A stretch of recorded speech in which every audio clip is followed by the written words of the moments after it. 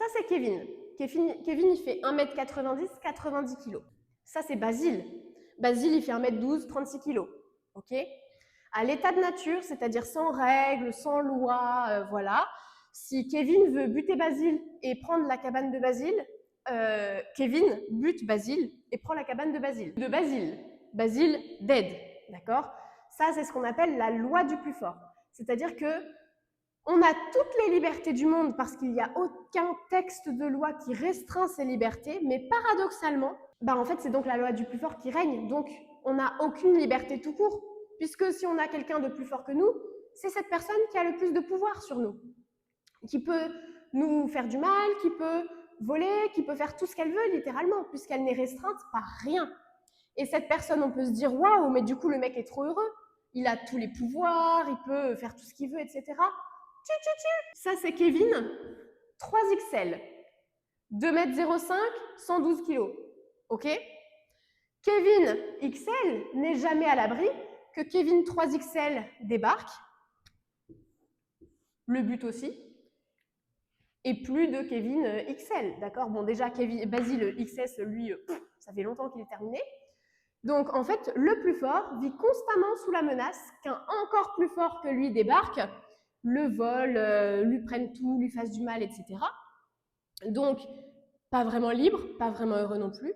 Et les plus faibles, eh bien, eux, ils sont soumis à la loi du plus fort. C'est-à-dire que si les plus forts veulent être sympas avec eux, les plus faibles sont dans des conditions à peu près OK. Mais si les plus forts veulent pas être sympas avec eux, les plus faibles, ça va pas du tout. D'autant plus que, pour Hobbes, l'homme est un loup pour l'homme, expression que vous avez peut-être déjà entendue quelque part. Oui, non, peut-être.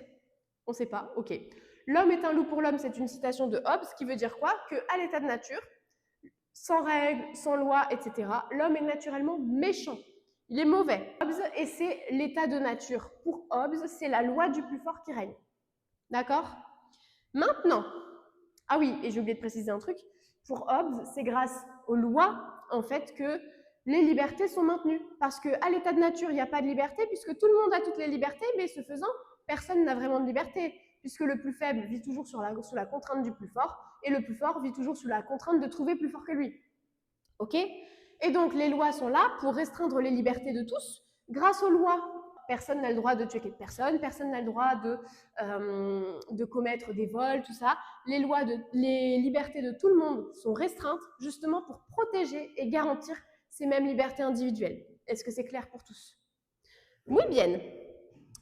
Donc ça, c'est Hobbes. Et il y a un mec qui n'est pas du tout d'accord avec Hobbes. Il s'appelle Rousseau. OK?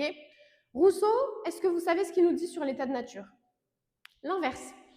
À l'état de nature, c'est-à-dire sans règles, sans loi, l'homme, il est gentil, il est bon, il est naturellement généreux, bienveillant, tout ce que vous voulez. Pour Rousseau, donc ça c'est plus pour Hobbes, c'est pour Rousseau. Pour Rousseau,